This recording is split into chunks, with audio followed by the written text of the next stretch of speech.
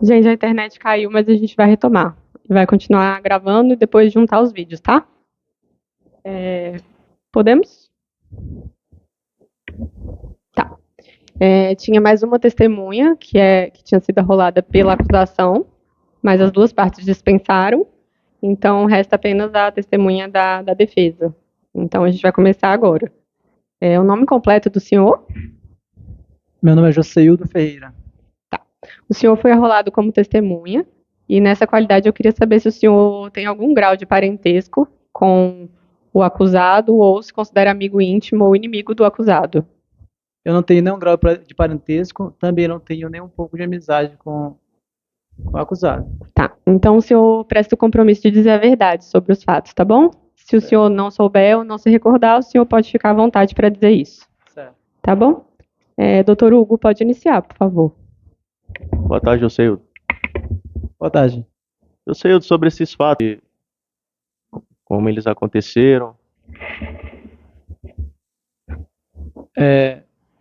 Eu não sei de absolutamente nada. Até porque no momento do ocorrido, estava acontecendo um campeonato lá em Cabeceiras, lá no estádio Zé Beato, lá em Cabeceirinhas.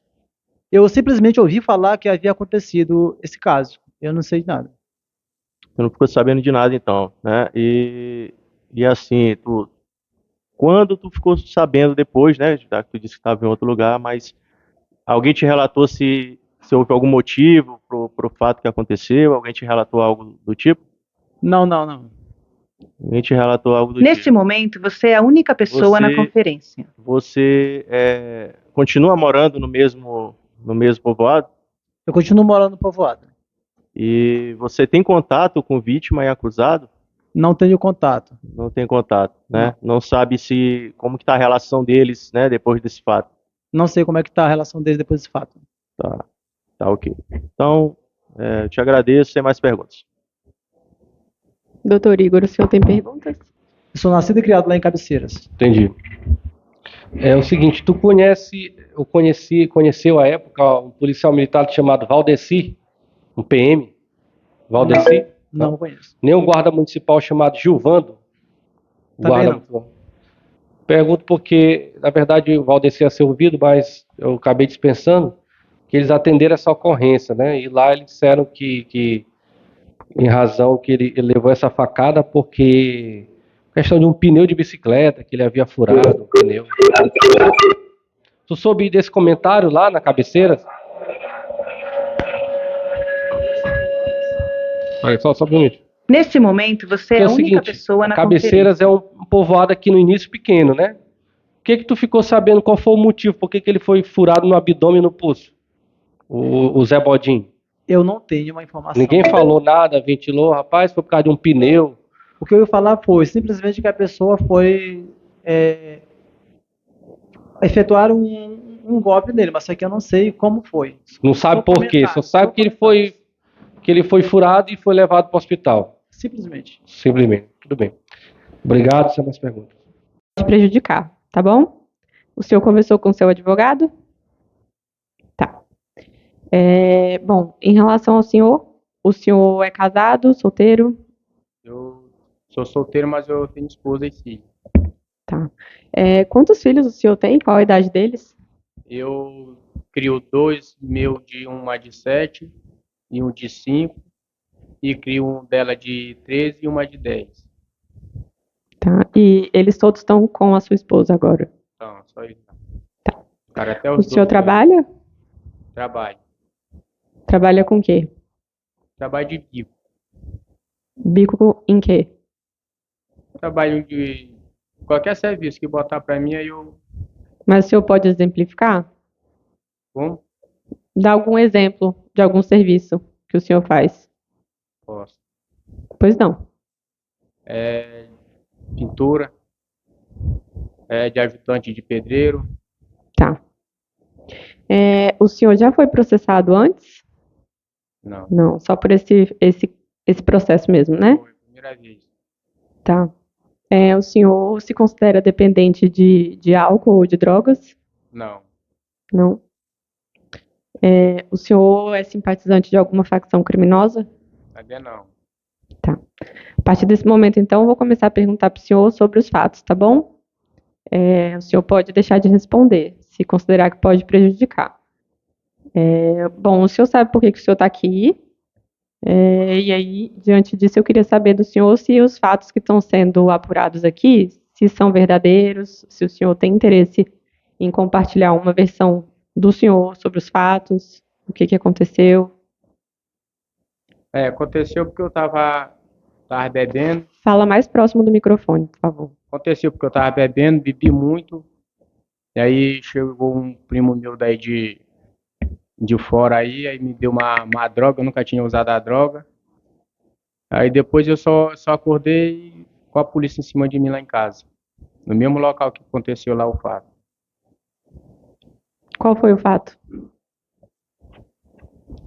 É que eu tava com uma faca, eu fui lá na oficina do meu tio e vi ele lá encostado na porta e só meti a faca uma vez e depois disso eu não sei mais o que aconteceu e depois eu fui dormir.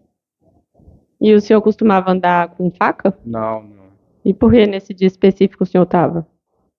Porque eu peguei no bar onde eu tava bebendo. Por quê? Porque o dono do bar tava com essa faca lá cortando a própria droga lá em cima lá e eu peguei a faca sem ele ver. Mas por quê? Se o senhor ver uma faca aqui, o senhor vai pegar? Não, jamais. Então, é isso que eu queria entender. Por quê?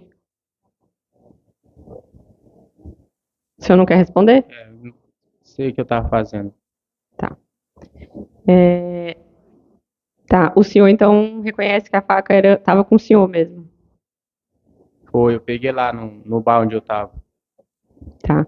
E o senhor estava embriagado nesse dia, muito embriagado e tinha usado drogas, mas o senhor não é dependente. Depois disso, o senhor continuou fazendo uso? Não, não. Nunca mais? E onde eu moro, onde eu trabalho, eles sabem que eu não uso a droga. Tudo que eu arrumo é pra minha família. Tá. E tinha alguma motivação específica em relação a essa vítima? Não, não. O senhor conhecia ele antes? Conheço. De onde? Cachoeirinha. Qual que era o contexto? O senhor era amigo dele? Nós era. Amigo como? Em qual grau, assim? Saía junto? Não, ele ia pro meu lugar, a gente se encontrava, falava com o outro. Só assim mesmo. Tá. E depois disso, o senhor continua falando assim com ele? É assim, eu tô eu tava em um comércio, ele chega, ele fuma, ele entra para comprar o cigarro, ele sai, também faço minha compra, ninguém fala com o outro. Entendi. E o senhor se arrependeu disso? Jamais que eu nunca mais quis me envolver em crime nenhum. Mas o senhor chegou a procurar ele depois?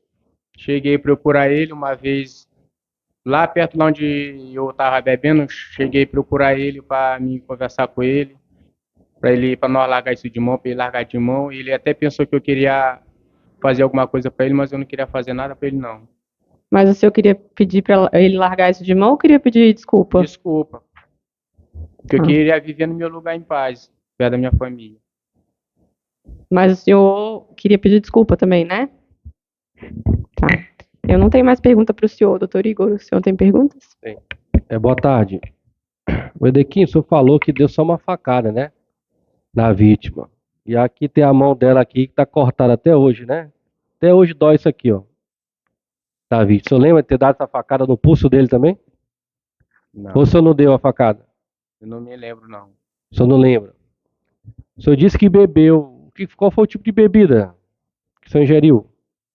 E chegou esse meu primo, ele chegou, ele pagou vinho, cerveja e pitu, que é a cachaça. Você Nós. conhece Pitu? Assim, então quer dizer que se eu tomar uma cachaça agora, eu posso sair esfaqueando os outros, eu posso sair, e depois eu vou dizer, rapaz, eu tava bêbado.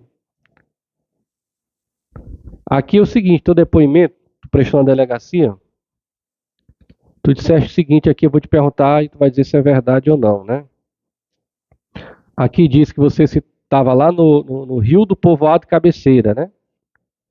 ingerindo bebida alcoólica, cachaça, onde permaneceu. Por volta das 18 horas, foi na oficina da moto do seu tio, conhecido como Curica, né? Que não sabe o que foi fazer lá. Porque quando bebe fica assim. Que perguntado o porquê de ter furado a vítima, respondeu que foi nadinha. Que não se recorda o que falou para os policiais durante a sua prisão. Que afirma que furou uma única vez. Que sabe que furar uma pessoa na altura do abdômen pode matá-la. O Antônio disse o seguinte, que tu perguntou para ele de onde ele era. Ele disse que era da Turirana e não da Cachoeirinha. Por isso que tu não fez nada contra ele. Tu lembra disso? Do Cabo Antônio, que estava lá também na oficina do teu tio Fábio? Não lembro, que eu nem sabia o nome dele. O Antônio disse que depois que tu esfaqueou a vítima 2 vezes, tu ainda ficou lá na porta andando com a faca. Que tu só saiu porque teu tio disse que era para tu sair. E teu tio disse aqui também que era para tu sair de lá, que tu já tinha furado o rapaz sem motivo aparente. Tu lembra disso? Desse aí já eu me lembro. Tu te lembra, né? Então, tu não continuou esfaqueando ele porque o teu tio interviu e o Antônio pediram para tu parar e sair de lá? Não lembro, eu tava Não lembra? muito... Outra questão aqui, os policiais aqui, na verdade, o Valdeci, tu sabe quem é o PM, Valdeci? Lembra dele? Ele que fez tua prisão. Tu lembra? E tu lembra do guarda municipal, Gilvando? Sabe quem é? Giovando? É. Eu não lembro. Nessa noite que eles me prenderam, eu tava estilado, muito O estilado. que ele diz aqui, o Valdeci, está aqui na página 4 do inquérito. Ele diz o seguinte, que no dia 29 de janeiro, por volta das 22 horas, estava no plantão de destacamento da Polícia Militar, em Apicum-Açu, quando recebeu uma ligação do Curica, relatando que acabara de acontecer o crime na sua oficina, onde o autor seria Dequinho, né? Aí ele diz o seguinte aqui, que o crime aconteceu lá no povoado Cabeceira, e ele foi juntamente com os guardas Tobias e Gilvando. Aí que é a pergunta. Ele diz o seguinte, que entrou na residência e tu estava deitado numa rede. Tu lembra disso aí, desse momento? Que os policiais te prenderam? Tu estava numa rede. Tava já dormindo quase perto do local que aconteceu aí. Entendi. Aqui ele diz que tu jogou a faca fora. Tu jogou essa faca onde? Não lembro, não lembro. Aqui é importante essa pergunta. Ele diz o seguinte, que deu voz de prisão e aí tu teria confessado o crime dizendo que teria furado o Zé Bodinho porque ele teria ido mexer no pneu da tua bicicleta e tu não gostou. Tu tem bicicleta? Tu tinha bicicleta? Tinha. E ele mexeu no pneu da tua bicicleta? Nesse dia que nós tava lá no bar, minha bicicleta tava lá, mas eu não me lembro se ele tava mexendo no pneu da Então bicicleta. tu imaginou que ele estava mexendo e por isso que tu esfaqueou ele? Pode ser isso, então. Mas ele não tava mexendo não, que sempre ele teve moto dele. Tá, tu disse ainda há pouco que queria já esquecer disso porque tu não queria mais ter problema. Tu disse, né? Então assim, não quero mais, eu não entendi que tu disse assim, problema, você disse isso, né? Ainda há pouco eu escutei errado.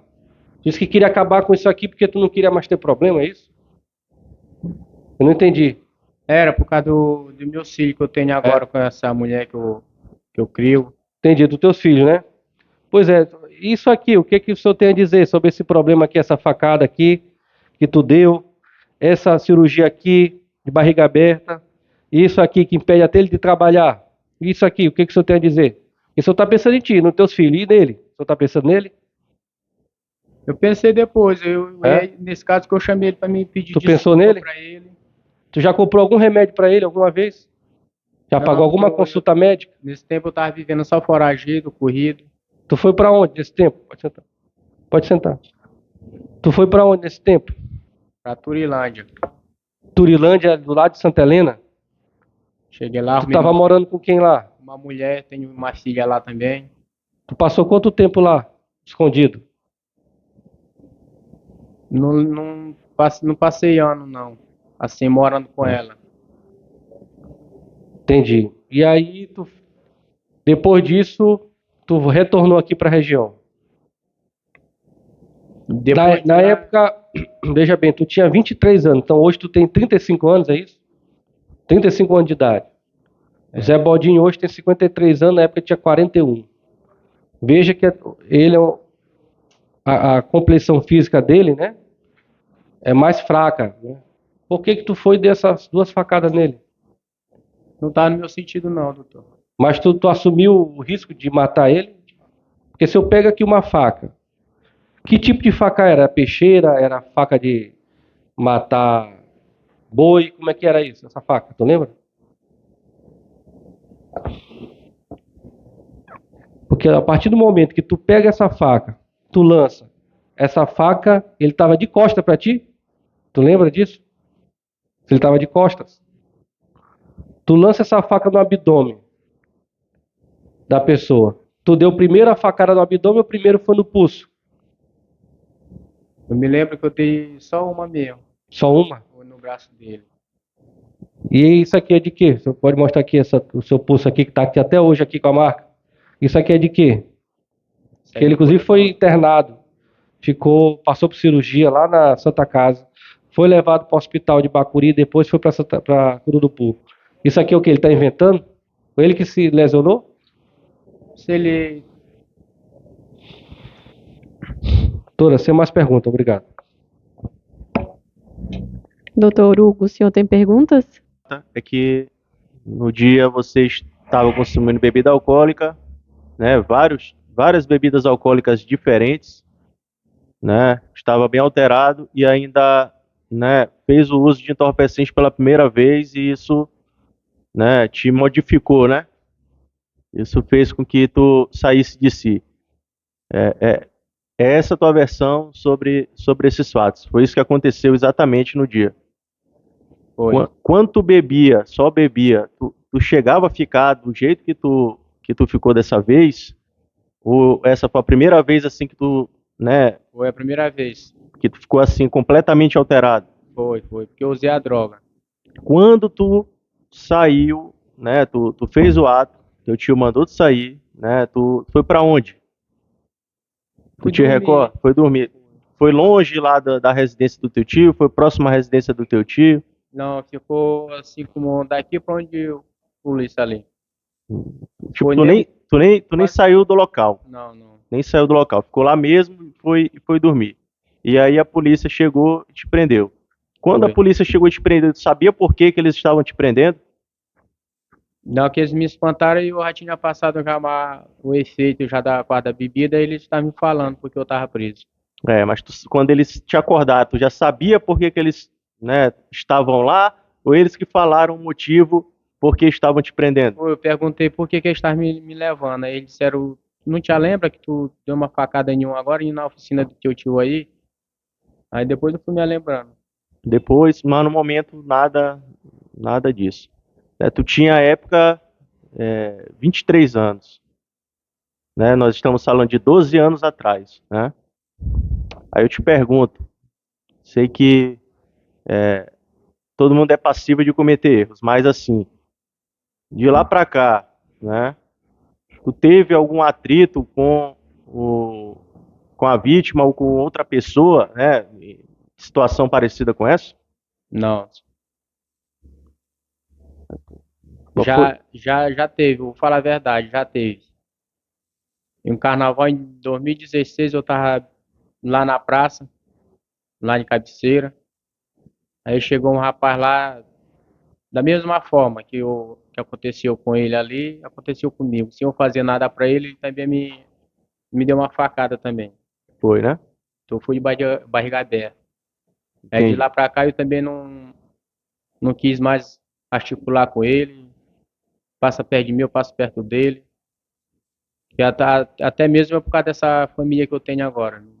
Entendi. Tua prioridade hoje, né? Tua família, no caso, né? Teus 2 filhos, né? São pequenos, tua esposa trabalha? Ou na tua residência só você que trabalha? Só eu. Você que provém tudo para a família. Os enteados e para os seus 2 filhos. Para sua esposa também. Tá?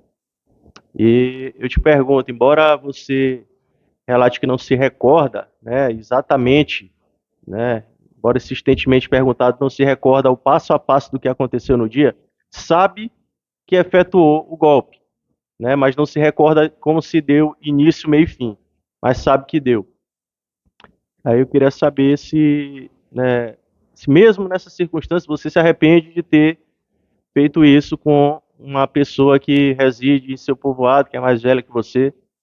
Já me arrependi e me arrependo ainda. Se arrepende.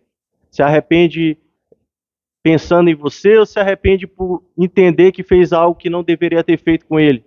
É que não deveria, que ele não merecia, eu também não está no meu sentido, Não, tá não, bebido. não tinha nenhum motivo, né? Não houve nenhum motivo para você ter feito isso. Não, Simplesmente chegou, alterado, efetuou o golpe e foi dormir. foi. Tá. Tá, ok. Estou satisfeito, excelência, sem mais perguntas. Sentar ali ao lado do advogado do senhor, tá bom? Obrigada. Os senhores querem um minutinho para ir no banheiro? Ótimo, vamos prosseguir então.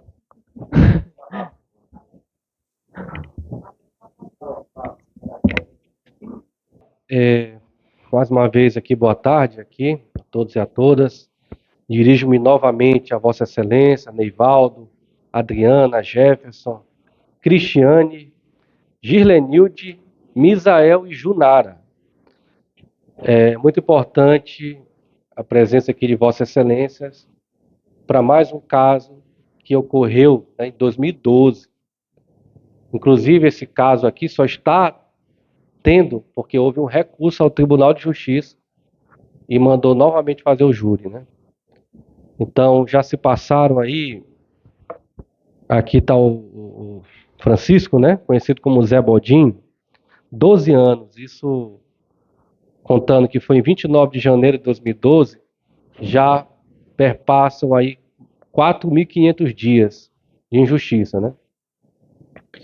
Este fato ocorreu aqui no povoado Cabeceiras, no início aqui da cidade, e a vítima é lá do povoado Cachoeirinha, né? Que eu já tive, inclusive, a oportunidade de ir, fiz uma palestra à época numa igreja que tem lá, falei de alguns temas sobre evasão escolar, gravidez indesejada, né? Tem muitos jovens lá, e tive a oportunidade aí de conhecer, né, a comunidade de Cachoeirinha. E aqui nós estamos aqui diante de um cidadão, uma vítima, que veio aqui humildemente. Quando ele diz aqui que não aguenta mais, que quer logo acabar, é porque ele está sofrendo o que nós temos na vitimologia, a chamada revitimização, né? Porque novamente ele está se lembrando de um fato desse, em que ele, sem qualquer motivo, quase perdeu a sua vida, em razão de um ato irresponsável e covarde de uma pessoa que desferiu 2 golpes de faca, atingindo regiões vitais do abdômen e do pulso, inclusive o que dificulta ele para o ganha-pão, né? Ele tem uma deficiência na mão, e de tão puro que ele é, veio aqui humildemente e também nunca buscou benefício, talvez por desconhecimento, mas que nós vamos conseguir seu benefício. Inclusive buscar o direito, aqui não tem defensoria pública, mas quando não há defensoria pública, a promotoria pode agir. Nós vamos buscar, inclusive, o retroativo de 5 anos que ele tem direito, para que ele possa agora ter esse benefício como segurado do INSS. E agora é muito fácil aqui falar em perdão, né, e arrependimento, porque tem filhos, né? Mas e a marca daquela vítima? Quando é que vai passar? Ele sofreu um golpe na região abdominal e só não morreu porque houve uma intervenção cirúrgica, né? Uma cirurgia de barriga aberta, que se chama de laparotomia. Se eu conseguir, só pode só levantar e mostrar aqui novamente a camisa? Levanta, por favor. Está aqui, ó. Então ele sofreu um corte aqui, lateral, teve que sofrer uma cirurgia de barriga aberta. Além disso, na mão, mostra aqui a mão, essa região onde ele foi atingida é uma região do pulso. Aqui existem artérias, a artéria raquial, ulnar, nós temos nervos, ulnar, nós temos tendões. Então, isto é importante porque ele poderia morrer, em razão de que essa região do pulso, ela pode causar embaraço à circulação sanguínea dele. E além disso, foi atingido, vou mostrar para vocês, o exame, a alça intestinal. Nós temos nosso intestino, né, que é formado, intestino delgado, intestino grosso. Nós temos ali partes do jejum, pepino, íleo, e nós temos as alças. Uma vez atingida, aquilo ali pode gerar um quadro infeccioso, porque nosso intestino está repleto de bactérias. Então, se não fosse a ajuda do Fábio, que é tio do acusado, do Cabo Antônio, ele não estaria aqui para contar a história. E eu também entendo o tio como parente da vítima, né? A gente sabe que a família acaba sofrendo por ação de malfeitores. E é compreensível, né, o amor de uma mãe, né? É compreensível, toda e qualquer mãe defende seu filho. Isto é algo natural, isso é algo umbilical. Mas nós estamos aqui para agir com imparcialidade. E eu tenho um dever de honestidade com Vossa Excelência. Eu disse ainda há pouco do julgamento da manhã, que a pena não seria mais que 8 anos alguma coisa. E foi 8 anos e 2 meses. Tentativa. A mesma coisa aqui, tentativa. A punição dele, ele não vai ficar para sempre. O acusado da manhã, ele detraiu, diminuiu a pena que ele já cumpriu, e ele foi para o regime semiaberto. Semiaberto possibilita até que ele tenha trabalho externo, né, que ele possa ter acesso à ressocialização da pena. Ele não ficou no regime fechado. Da mesma forma, o acusado, um jovem, 35 anos, deve cumprir a sua pena e voltar para o seio familiar. Ele deve passar por uma ressocialização. Inclusive, ele mesmo, segundo consta, não está no processo, mas ele disse que ele acaba confessando, dizendo que ele mesmo sofreu a mesma coisa que ele cometeu. Levou uma facada sem motivo aparente. E aqui esse caso é curioso, em que ele fala que estava embriagado, né? O que nossa legislação diz sobre isso? A embriaguez exclui um crime? Não. Onde está isso? Lá no artigo 28 do nosso Código Penal. Lá diz, não excluem o crime. Inciso 1º fala, a emoção ou paixão. No inciso 2º, a embriaguez voluntária. A partir do momento que ele ingeriu, disse cachaça, que o amigo dele, ainda botou a culpa no amigo, não tem nome, nunca apareceu, isso deve ser uma mentira. Quando ele fez a escolha de tomar cachaça, ele estava consciente. Isso nós chamamos de ação livre na causa, né? Em latim, actio libera in causa, ou seja, no momento que eu fui ingerir bebida alcoólica, eu estava consciente. Ele ingeriu porque ele quis. Só existe uma hipótese na nossa legislação que poderia eximi-lo da prática de um crime. Seria por embriaguez completa, proveniente de um caso fortuito. O que significa isso? Qual é o caso que nossos livros trazem? É o caso, por exemplo, de alguém que tropeça, cai num barril de vinho e fica bêbado. Esse aqui é o caso. Então não foi isso aqui. Ele se embriagou, segundo ele, voluntariamente. E essa embriaguez pode ser incompleta, inclusive. E existe ainda outra embriaguez que não exclui o crime, é chamada pré-ordenada, que é aquela embriaguez para criar coragem de cometer o crime, né? Então a pessoa fala, eu quero matar ciclano, então eu vou tomar aqui um cunhaque para me ter coragem de matá-lo. Isso é embriaguez pré-ordenada. Então isso não exclui o crime. Está no nosso Código Penal. Está nos nossos tribunais assim decidem, né? Nossos doutrinadores. Então não há que se falar em exclusão do crime por embriaguez. E além disso, nós está mentindo. Vocês ouviram aqui, o Cabo Antônio disse que só não morreu porque ele disse que morava na Turirana, que ele verbalizou. Vejam, se ele verbaliza, diz, olha, Neivaldo, você é da Cachoeirinha? Neivaldo disse, não, sou Turirana. Aí ele nada faz. Então ele raciocinou. Então ele teve o chamado estímulo-resposta. Então, como ele falou que não morava na Cachoeirinha, ele nada fez. O Cabo Antônio disse que ficou de costas e quase não sabe por que não foi alvejado. Mas quando ele indaga de onde você é, ele diz, eu sou de Turirana, que na verdade faz parte de Apicuaçu e não Bacuri, como é o povoado Cachoeirinha. Vejam só como é uma mentira que na verdade é um assinte, é um deboche à nossa inteligência. Isso sim é um deboche. De achar que nós temos aqui professores e professoras, pessoas experientes aqui da sociedade, que possam cair num subterfúgio desse, de dizer que estava embriagada. Então, quer dizer que agora posso aqui me embriagar e matar as pessoas por aí? E depois vou dizer, não, eu estava bêbado. Lembrem do caso agora recente. Um cidadão em São Paulo estava a bordo de um Porsche e ele ingeriu bebida alcoólica e matou um trabalhador que dirigia ele era motorista de aplicativo. Ele disse a mesma coisa. Olha, eu ingeri. Na verdade, ele ainda disse que nem ingeriu bebida alcoólica. E mostra lá os vídeos ele tomando uísque com amigos e com uma namorada. Então, é muito fácil o cidadão tentar se eximir de um crime grave como esse. É só falar, eu estava bêbado. Não tinha consciência de nada. Outro fato importante. Quando ele foi capturado, ele estava deitado numa rede. Olha a preocupação, olha o deboche.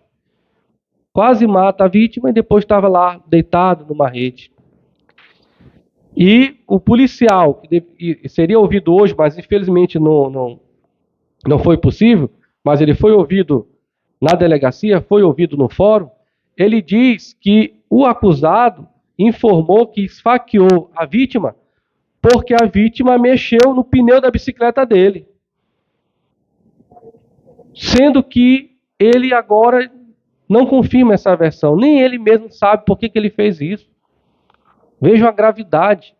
Quer dizer que agora as pessoas cometem atos e não há uma responsabilidade? Não há nenhuma responsabilidade? Então nós vamos mostrar aqui, né? Como eu falei, a região que foi atingida, né? Foi uma região abdominal. Essa região é vital. Por que é vital? Porque é composta de órgãos com cavidade.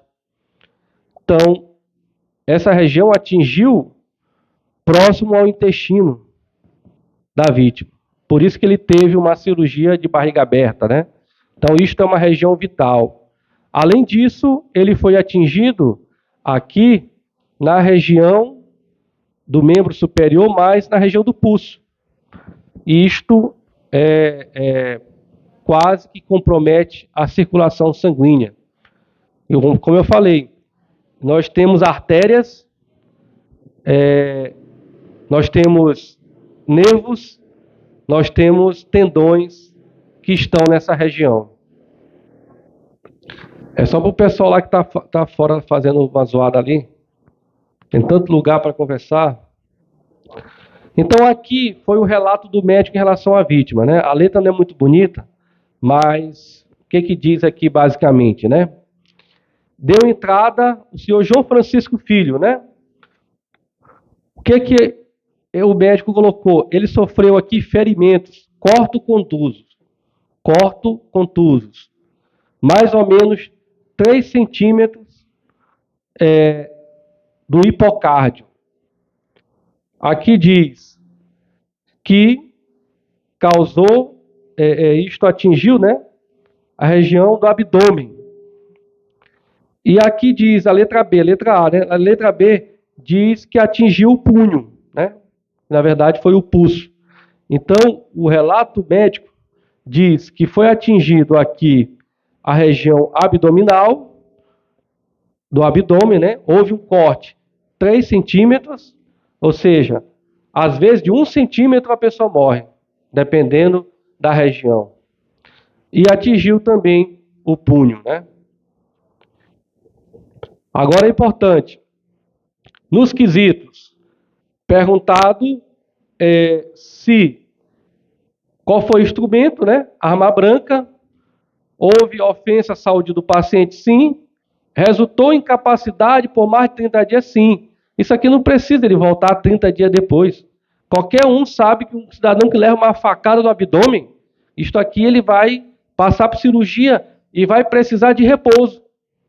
Não precisa voltar lá para... Não, eu quero só para me tirar a tema. Não precisa.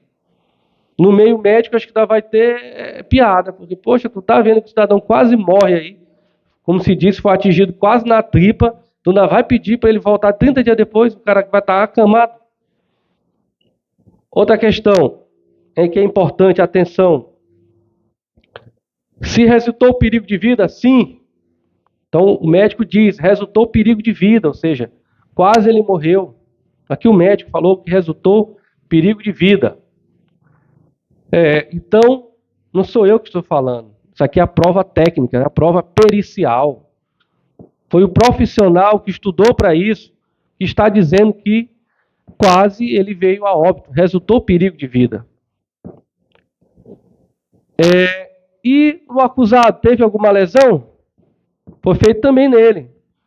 Aqui diz que o paciente não apresentou lesão. Foi feito um exame ectoscópico, sem lesão nenhuma. Então, o Zé Bodinho nada fez para o Dequinho. Tanto que ele estava de costas. Imagina a situação. Você está de costas e aí, do nada, recebe uma facada do abdômen.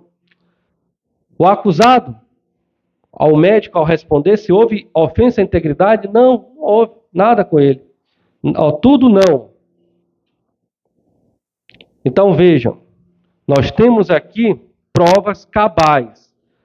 O depoimento da vítima, o depoimento do tio do acusado, que estava lá, o dono da oficina, chamado Curica, o Fábio.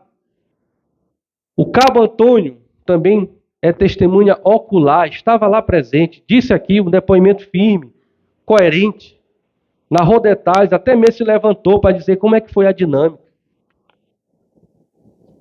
A única testemunha da defesa estava mais perdido aqui, estava, como se diz, mais enrolado que papel higiênico.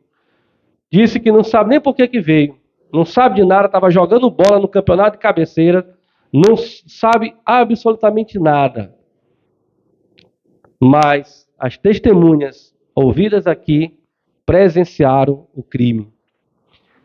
E os policiais que participaram da prisão narram no inquérito e no fórum como é que ocorreu a prisão, que foi o policial militar Valdeci e também os guardas municipais, o Jorge Tobias e o Gilvando, participaram da captura do acusado, que foi graças ao próprio tio, que agindo com dever de boa-fé e cooperação, ligou para a polícia e disse o que teria ocorrido. Inclusive impediu a morte do Zé Bodinho. O próprio acusado confessa, que diz, não, realmente, depois que ele disse, para com isso, ele saiu e ficou ainda com a faca do lado externo.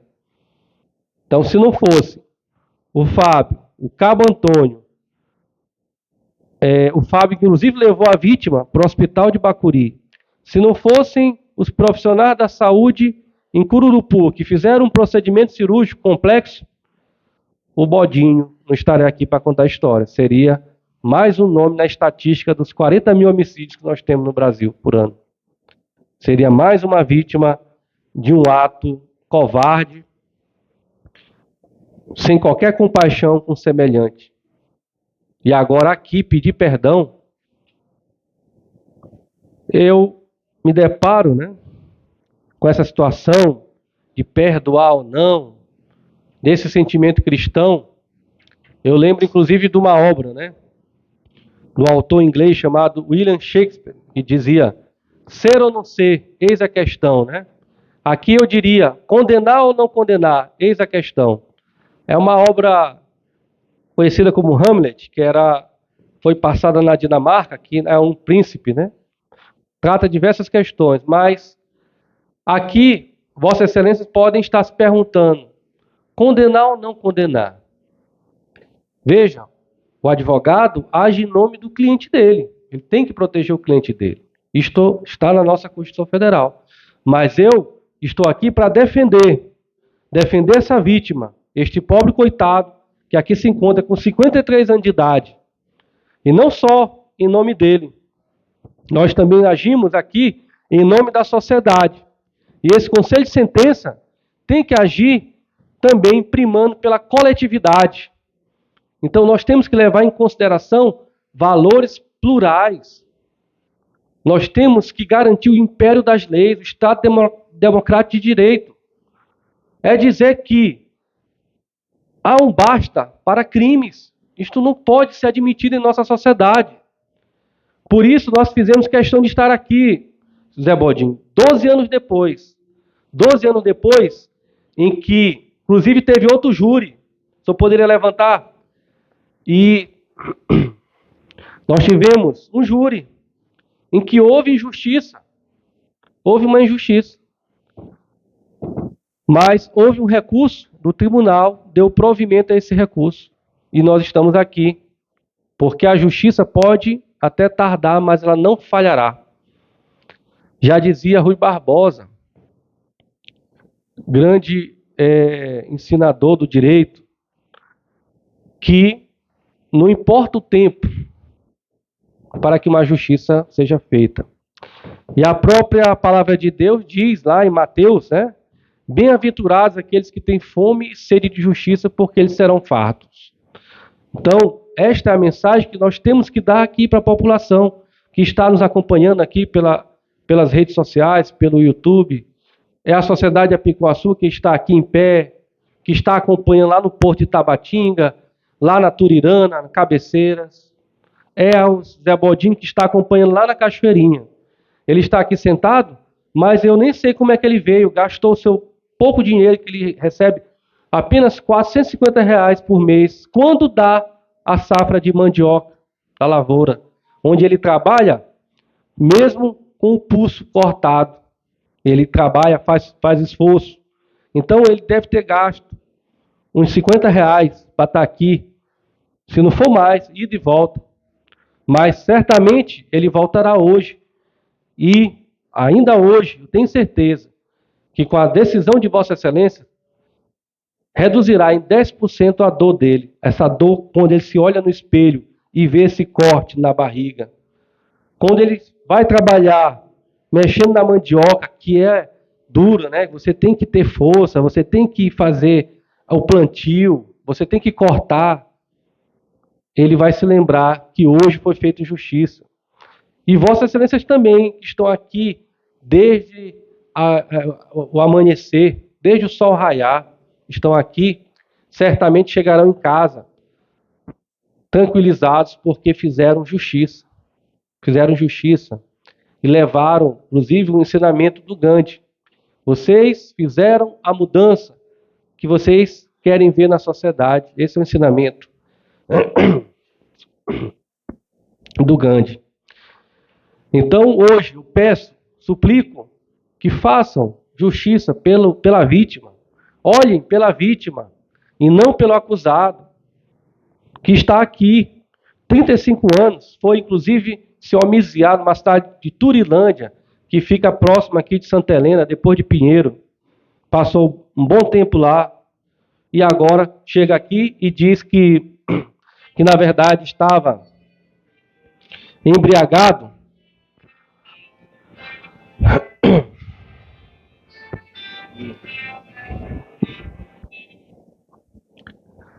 Então, houve a intenção deliberada de matar.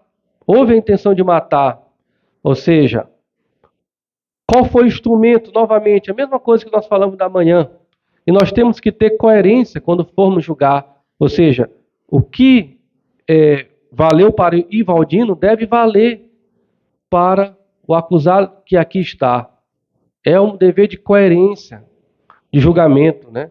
A própria Bíblia traz diversas passagens. O que for para um deve ser para o outro. Isso é uma isonomia, é uma igualdade material, na sua forma global, independente de raça, cor e credo, de onde ele é proveniente, deve ser aplicada a mesma justiça, o mesmo direito. E aqui foi utilizado uma arma branca, tal qual pela manhã. Aqui, inclusive, foram 2 golpes de arma branca, região abdominal e pulso. Aqui foram locais vitais, cavidade, a região abdominal, pulso, circulação sanguínea. Então não há dúvida que a intenção era de matar, que ele assumiu efetivamente o risco de produzir o resultado morte daquele senhor que aqui está. Não há nenhuma dúvida disso, que ele queria matar essa pessoa. Só não conseguiu porque foi impedido por terceiros e porque a vítima foi socorrida devidamente no hospital. Se isto não ocorresse, certamente seria mais um na estatística crescente desta região.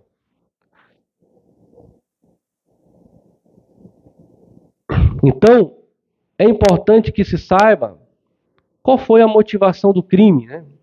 Vejam que tanto este membro do Ministério Público quanto o nobre advogado questionam qual foi o motivo do crime. Porque no Brasil existe muito isso, né? Se pergunta, quando acontece um fato, por que fulano matou o outro? Ou seja, você quer saber se tem alguma justificativa. Lá no direito inglês, nem se pergunta por quê, mas o que, né? What? O que aconteceu? E não o porquê aconteceu. Aqui no Brasil que se pergunta por que aconteceu, mas nem isso nós sabemos efetivamente. E, na verdade, o que consta é essa confusão mental dele, não que possa eximi-lo, mas, na verdade, pode complicá-lo. Porque o policial que atendeu a ocorrência disse que, assim que ele foi preso, disse que ele cometeu o crime porque, na visão dele, na cabeça dele, a vítima teria furado dois pneus da bicicleta dele. Isso sequer existiu. O Zé Bodinho foi lá para colocar uma moto sob conserto. Quando ele estava lá mexendo na poca, né? E aí sequer teve chance de defesa. Então, são 2 qualificadoras. Qual é o motivo do crime ter acontecido? É um motivo proporcional? É um motivo insignificante? É desprezível? É frívolo?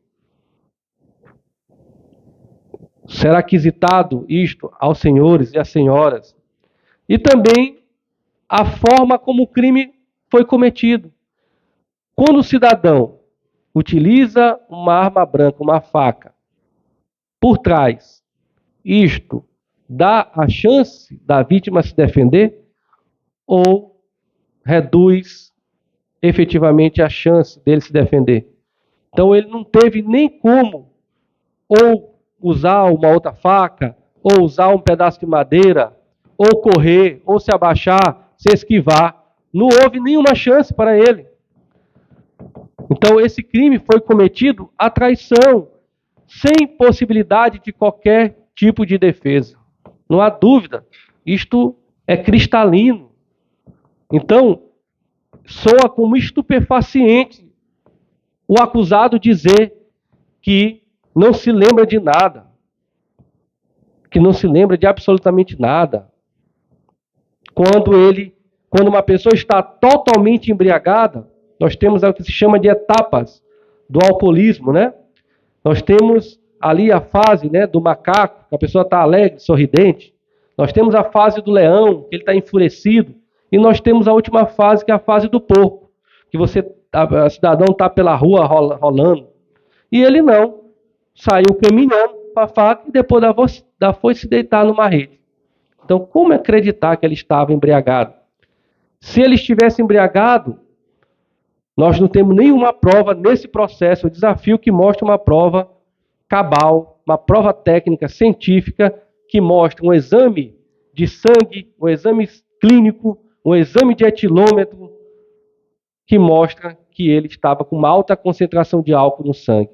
Porque quando o cidadão está embriagado, nós podemos provar, seja por um exame de sangue, seja por um exame clínico que pede para se caminhar, seja por um exame de etilômetro, que chama de bafômetro, seja por prova testemunhal. E nenhum disso aqui está nos autos de que ele estava completamente embriagado, sem qualquer discernimento do que fazia.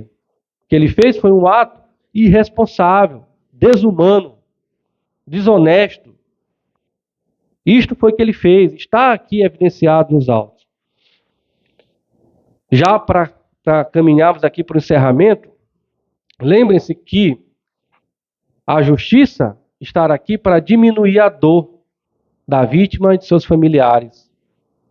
Nós trabalhamos para a resolução de conflitos, para a pacificação social, e não para garantir uma impunidade, quem quer que seja.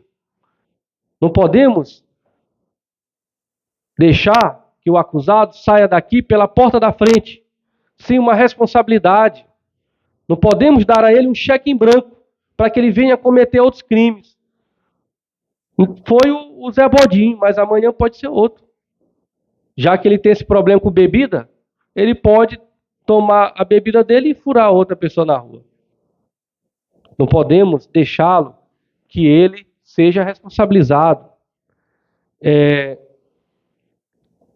Sempre é importante que se diga que a benevolência com o criminoso, com ele, é uma injustiça para a vítima.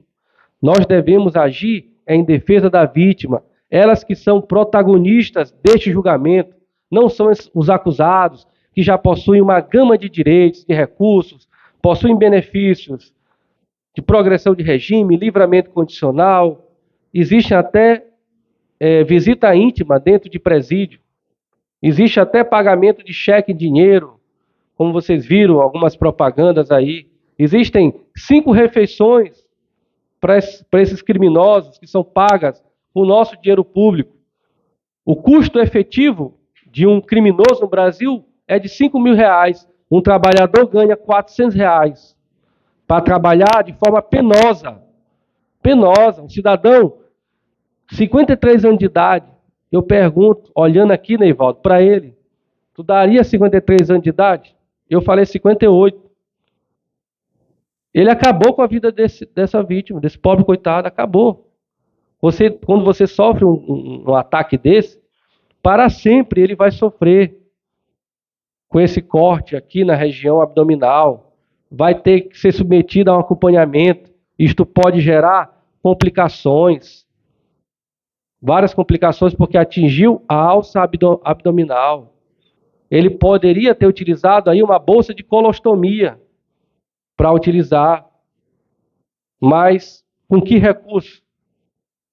Não tem recurso. Os hospitais, infelizmente, não fornecem também com facilidade essas bolsas. Então, estamos aqui, ainda mais o instrumento de trabalho dele, que é a mão, está prejudicada em razão desse ato irresponsável. Então, as consequências do crime, inclusive isto pode ser aferido aí nas circunstâncias judiciais, na dosimetria, as circunstâncias estão aqui do crime, as consequências. Ele está prejudicado de trabalhar, ele sofreu um corte no pulso e ele utiliza essa mão para trabalhar na lavoura, na roça. Já o acusado está aqui, novo, 35 anos de idade, está vivo, pode cumprir sua pena e depois desfrutar da companhia de seus familiares. Ele vai conviver com o tio dele, com o Fábio, ele vai cuidar dos filhos dele que são menores, um de 2, um de 5, um de 10. Tem os familiares, ele tem uma companheira que ele conheceu lá em Turilândia. Então, os filhos não ficarão desamparados. Ainda mais que ele vai passar pouco tempo. Quando se é condenado a uma pena de 4 ou 8 anos, você cumpre uma parte, progride de regime. E aí, às vezes, você fica 1 ou 2 anos lá no presídio. E depois você vai cumprir liberdade. Ele pode ficar 1 ano, 2 anos, 6 meses. O que não pode é ele sair daqui sem qualquer cumprimento. Porque aí isto vai redundar numa sensação gigantesca de impunidade em nossa sociedade. Vai dizer que, poxa, quer dizer que o cidadão foi lá, deu uma facada na vítima e na conta ficou por isso mesmo. Vai gerar aquele clichê, não deu em nada. Vai ser a mesma coisa que ele disse lá no interrogatório dele da polícia. Ah, rapaz, isso aí não foi nadinha. Foi nadinha, ele disse. Está lá no depoimento, foi nadinha. Foi nadinha, só uma facada e quase mata a pessoa. Foi nadinha. Então, já para encerramento aqui, ele tentou aqui roubar uma vida. Ele agiu como um ladrão de vida. Tentou roubar, tentou tirar o seu Zé Bodinho dos seus familiares, né, dos seus irmãos. Mora com a mãe, até hoje não tem uma casa própria. Até hoje. Então ele tentou roubar essa vida. Tentou tirar dos seus familiares. Não conseguiu por circunstâncias alheias à vontade dele. Felizmente, está aqui, vivo, está aqui, um sobrevivente de um ato covarde, como que aconteceu, né?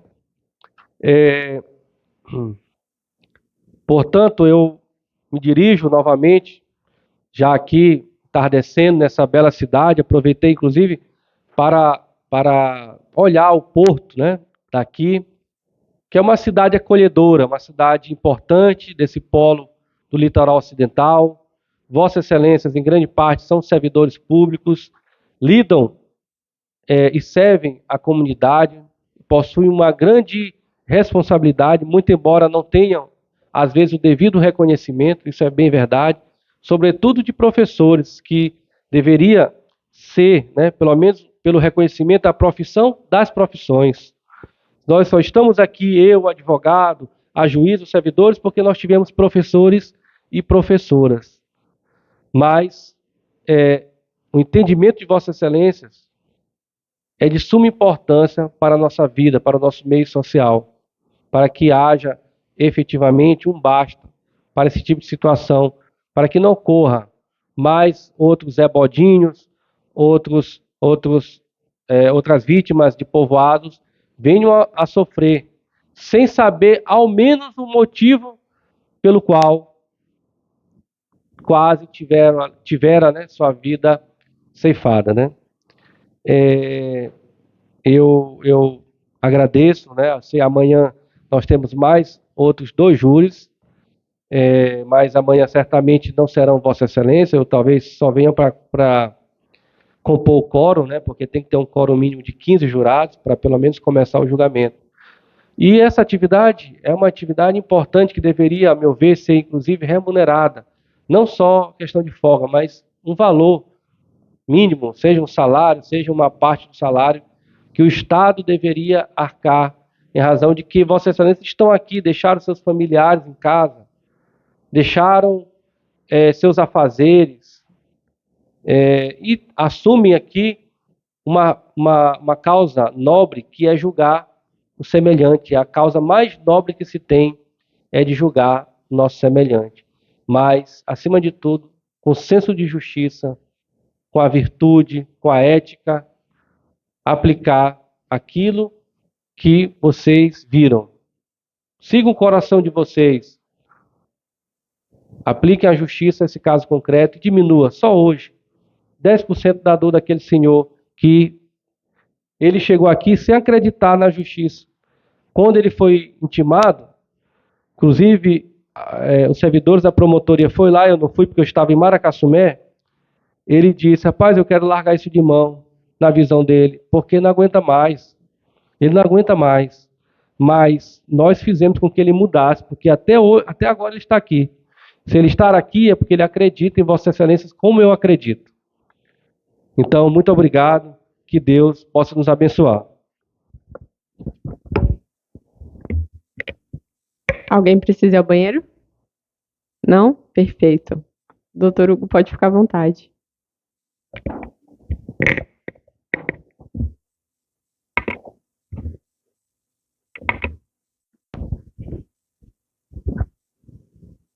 Boa tarde a todos. Cumprimento a todos os presentes novamente e, em especial, os familiares, né, do acusado que se fazem presentes aqui nessa tarde. Ouvi atentamente, né, a explanação do ilustre representante do Ministério Público, e a defesa não está aqui para inventar histórias. A defesa está aqui para analisar as provas constantes nos autos desse processo de 2012, desde a fase inquisitorial, passando pela primeira fase em juízo, as provas que foram produzidas hoje aqui em plenário. E a defesa conseguiu demonstrar, através dos depoimentos que foram prestados aqui hoje, que de fato o acusado estava fora de si, completamente alterado, quando, sem nenhum motivo, acabou efetuando esse golpe na vítima. O acusado, ele não nega, ele não tenta se eximir do ato que ele fez. Ele apenas é sincero ao dizer: eu fiz essa besteira, eu cometi esse erro, mas eu nem sei por que eu fiz isso com ele, porque ele nunca tinha feito nada para mim. Então, diante desse contexto, diante do que a própria vítima disse aqui, porque o promotor disse que falou que não queria mais saber dessa situação porque não acreditava mais na justiça. Pode não ser isso. Só a cabeça do seu Zé Bodinho para dizer o que de fato ele pensa sobre esse caso. Ele pode simplesmente ter falado isso porque ele de fato não quer que o acusado seja punido depois de 12 anos, depois de quase uma década e meia. O processo é pacificação social, mas tem uma coisa chamada também celeridade, né? Tempo hábil, né? Um sentimento de algo que acabou de acontecer, às vezes é diferente de outro que se arrastou no tempo. As pessoas evoluem, as pessoas mudam. Então, eu acredito no acusado, eu acredito que o acusado mudou. O acusado era uma pessoa de 23 anos à época que cometeu esse erro e hoje tem 35. Não julguem o Edquim inexperiente, o Edquim jovem, o Edquim inconsequente que cometeu esse ato em face, né, do senhor Zé Bodinho. Não julguem esse Edquim que está aqui hoje por conta do que o Edquim do passado fez. É isso que a defesa clama a cada um dos senhores. O Edquim cometeu um erro? Sim. Ele merece, de certa forma, ser punido por esse erro? Sim. Mas, sob a ótica da defesa, nunca por um crime de tentativa de homicídio. E por que não? Porque pelo estado que ele estava, que foi dito pelas testemunhas, inclusive está provado que de fato ele estava alterado, porque se ele tivesse em sua sã consciência, ele teria fugido. Ele não teria ido dormir ao lado da residência, ao lado da oficina onde aconteceu o fato. Até por um instinto de sobrevivência, né, ou de ser linchado por familiares da vítima, uma possibilidade, ou por outros populares, ou então até para tentar preservar sua liberdade, ele teria fugido. Mas não, ele estava tão fora de si que ele ficou ao lado. Então a defesa acredita piamente que, de fato, quando o Edquim cometeu esse fato, ele não estava em sua sã consciência. E com isso, a defesa não enxerga que ele tinha o ânimo, que ele tinha a vontade de matar a vítima. Ele lesionou a vítima? Sim. Isso é um meio termo, né? Tanto ele quanto a defesa concordam quanto a essa possibilidade. Né? Se ele merece alguma punição em respeito à vítima, é porque de fato ele lesionou a vítima. Mas nunca por uma tentativa de homicídio, porque não ficou claro se a intenção dele foi de fato de matá-la. O acusado foi denunciado pelo crime de tentativa de homicídio duplamente qualificado. pelo motivo fútil, por não dar chance de defesa à vítima. Pelo que foi relatado aqui, foi algo repentino, né, de surpresa, então, até havendo dúvida se foi pelas costas, se ele passou a faca assim, nesse sentido, né, transversal, né, e acertou a vítima. Isso foi ventilado aqui pelas testemunhas. Mas é bom destacar o que consta no laudo de exame de corpo de delito, né? Nós estamos falando de uma lesão, claro que aqui é uma região vital, eu não vou subestimar a inteligência de Vossa Excelência, mas estamos falando de uma lesão descrita pelo médico de mais ou menos 3 centímetros, né? Em tese, uma lesão pequena. Então, esse é um ponto.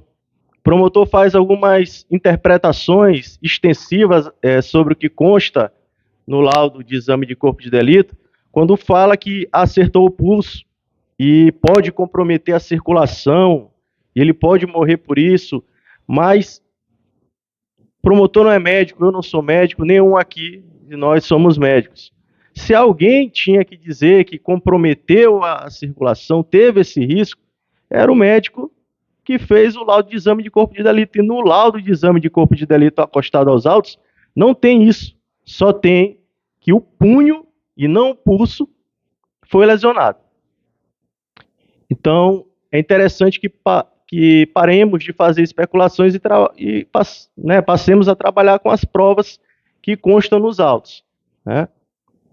E em relação às qualificadoras, se falou que o acusado cometeu o ato por motivo fútil. Só que, para a defesa, e isso ela tira da própria exordial acusatória, da própria denúncia, o que iniciou esse processo, a própria denúncia diz que o fato se deu sem motivo. O acusado a ser interrogado disse que cometeu o ato sem motivo por estar alterado. As testemunhas ouvidas falaram que ele cometeu o ato sem motivo. A própria vítima disse que ele cometeu o ato sem motivo. Crime praticado sem motivo não se confunde com crime praticado por motivo fútil. Há uma diferença nisso, quem diz isso é a doutrina, né? São autores de direito penal, como Luiz Flávio Gomes. Vou até fazer aqui uma citação aqui de um trecho de um livro dele, do saudoso jurista brasileiro, e também de um ex-promotor de justiça chamado Fernando Capês, onde eles delimitam que quando se trata de um crime sem motivo em que você não consegue provar a motivação daquele ato, você não pode colocar ele na mesma caixa de um crime praticado por motivo fútil. E isso é inclusive reverberado na jurisprudência do Superior Tribunal de Justiça, que é aquele tribunal que baliza as decisões dos tribunais estaduais e que a nossa juíza de carreira conhece muito bem. No agravo regimental no RESP 1289-181 de São Paulo, de relatoria da ministra Laurita Vaz, a quinta turma já disse e sedimentou que, de acordo com a jurisprudência daquela corte, a ausência de motivo não se equipara à existência de futilidade.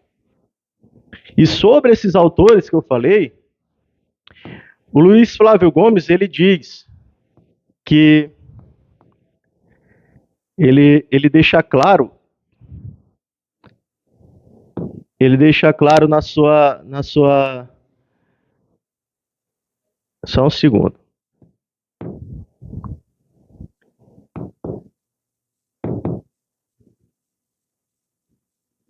Ele deixa claro que a ausência de motivo, ou seja, não se descobre a razão do delito, não é a mesma coisa de motivo fútil, que exige a comprovação efetiva. Ocorrendo a primeira, a ausência de motivo, não pode ter incidência de motivo fútil. Luiz Flávio Gomes, Antônio Garcia Pablos Molina, Direito Penal, Parte Geral, Revista dos Tribunais. Ele faz essa diferenciação. E o ex-promotor de justiça do Estado de São Paulo, Fernando Capês, ele também diz a mesma coisa, né? No seu Código Penal comentado, ele diz que, na ausência de motivo, reconhece-se a inexistência de provas ou indícios acerca do que levou o réu à prática do crime. Logo, a ausência de motivo não se confunde com o motivo fútil. E a falta de previsão legal não qualifica ou agrava o crime.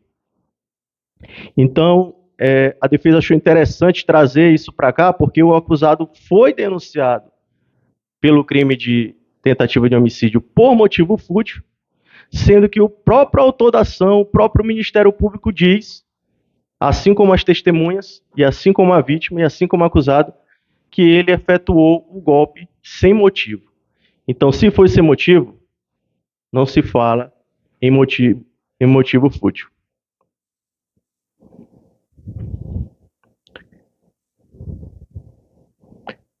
Ficou claro aqui, ninguém questiona isso. A vítima foi agredida, né? O acusado se arrepende, se envergonha disso, né? E ele em nenhum momento está tentando se eximir da sua responsabilidade. Mas mais uma vez a defesa bate na tecla que ele seja responsabilizado de uma forma proporcional pelo que ele fez. Processo é pacificação social? Sim, mas pelo que foi observado aqui, essa pacificação já existe. Tanto tempo se passou entre o fato, né, e essa sessão do tribunal do júri, que acusado e vítima seguiram em frente, seguiram seus caminhos, né, sem nenhuma intercorrência, né, como foi relatado por todos aqui. Então, a defesa espera ter trazido, né, esse lado, né, esse lado humano sobre o acusado, para que, de alguma forma, Vossas Excelências possam julgar, né, observando o Edquim de agora, não aquele imaturo do passado que acabou cometendo esse ato, né, impensado e irresponsável. Né? Com isso, a defesa pede que, quando Vossas Excelências forem submetidas aos quesitos, na sala secreta, que reconheça a materialidade, né? A vítima, de fato, foi lesionada, né? O promotor, até em uma exposição reiterada, né, pediu que ele levantasse a camisa aqui, né? Todos nós vimos mais de uma vez. Quanto à autoria, o próprio acusado disse que, embora não lembre de nada, né? Embora como protagonista, né, como autor do fato, ele parece mais um espectador, mas ele confessou que atingiu a vítima na barriga. Então, votem sim no quesito da autoria também. Agora, se for perguntado se a vítima não morreu por circunstâncias alheias à vontade do acusado, aqui a defesa pede que votem não, porque a defesa não entende que ficou provado, que ficou claro, que o acusado tinha condições de se autodeterminar e dizer, eu vou furar aquela pessoa porque eu quero matar aquela pessoa. Ele estava tão alterado, fora de si, que sob a ótica da defesa não há como provar que, de fato, ele, né, tinha essa intenção no momento. Quanto ao quesito se o jurado absolve o acusado, como eu disse pela manhã, isso vai da consciência de Vossas Excelências. Né? O acusado chegou a ser preso à época, foi preso no dia do fato, passou mais de um ano preso, foi submetido a julgamento, foi condenado pelo delito de lesão corporal, cumpriu parte de sua pena, e aí o julgamento foi anulado e por isso nós estamos aqui hoje. Então, a população de Apicuaçu já se manifestou sobre esse caso uma vez e hoje vai dar uma nova resposta. Então, a defesa pede que Vossas Excelências reflitam e votem, né, de acordo com as suas consciências. E, mais uma vez, a defesa relembra, em relação à qualificadora do motivo fútil, a defesa provou aqui, os tribunais superiores e a doutrina deixam claro, crime praticado sem motivo não se confunde com motivo fútil. Então, se questionado se o acusado cometeu o delito por motivo fútil, que Vossas Excelências votem não. É isso que a defesa pede e é nisso que a defesa confia, né, sobre a votação a qual Vossas Excelências serão submetidas. Assim, a defesa agradece e encerra. Muito obrigado. 5 minutos, doutor, eu prometo. Tá, perfeito. Defesa, inclusive, citou um processo que a vítima, Carlos Adriano, cometeu de ameaça. Não sei se Vossa Excelência se recordam. O acusado, ele também responde a outros processos em São Luís. E ele cometeu lá em 2015, a vítima Marco Aurélio Xavier, também lesão corporal, falsa identidade, deu com um facão na orelha da vítima. E o processo está suspenso porque ele está foragido. E a juíza lá não decretou a prisão preventiva. Então, é o mesmo modus operandi. O que ele fez aqui, em 2012, fez em 2015. Quando disse que não se tem motivos, né, a defesa aqui citou a autoridade dos tribunais, da doutrina, mas Vossas Excelências que julgarão o fato, de acordo com a íntima convicção de Vossa Excelência. Então, não se prendam a ministros, a julgadores, a qualquer argumento doutrinário, de quem quer que seja. A decisão é soberana de Vossa Excelência. E, na verdade, eu vou mostrar que tem prova de que o motivo é fútil.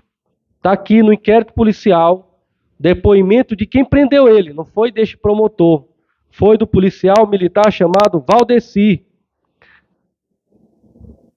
Pereira Júnior. O que ele disse aqui, Valdeci, está na página do inquérito. Ele foi o condutor do flagrante. Olha o que ele disse. Aqui. Eu vou até grifar aqui, ó.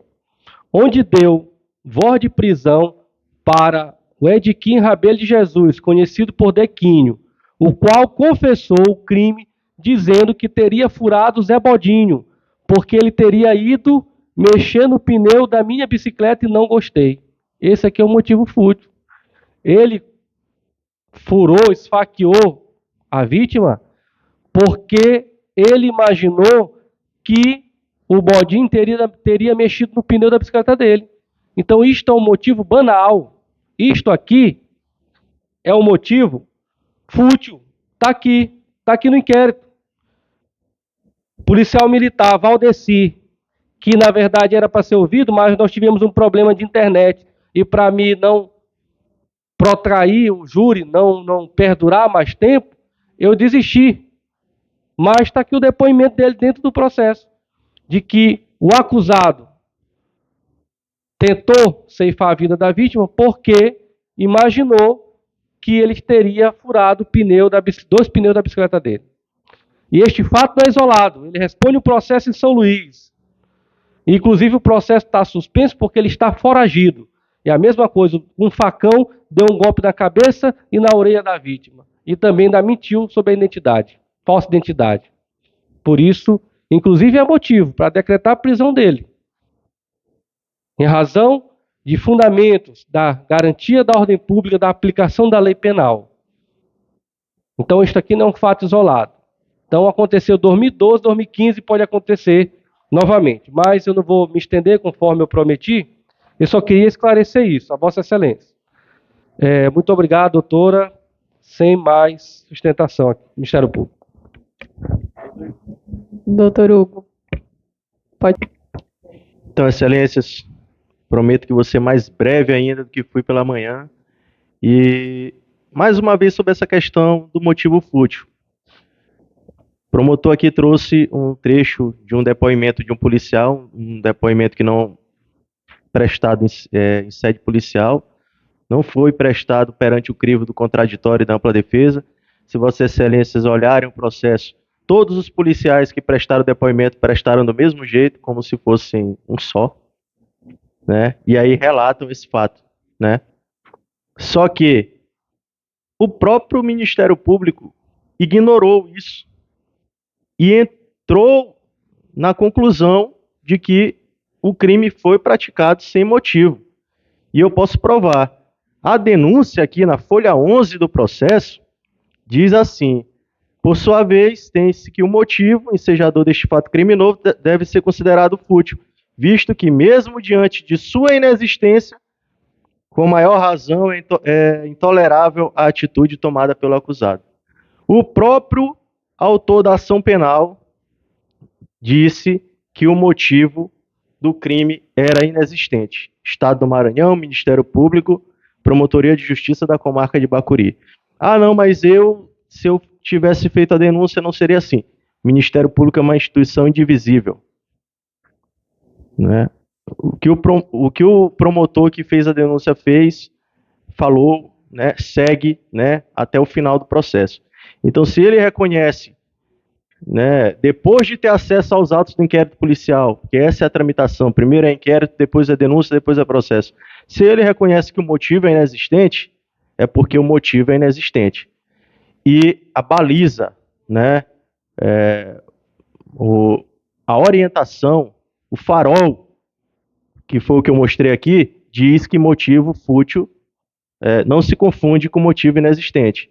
Claro que vai caber a Vossa Excelência decidir assim, mas como operador do direito, é minha obrigação mostrar o que se entende por motivo fútil e motivo inexistente. Mais uma vez, a defesa agradece a todos e que tenha uma boa votação. Bom, então terminamos agora as alegações finais. Os senhores querem ir ao banheiro? Tem certeza? Então, tudo bem. Então, vamos esvaziar o plenário para que a gente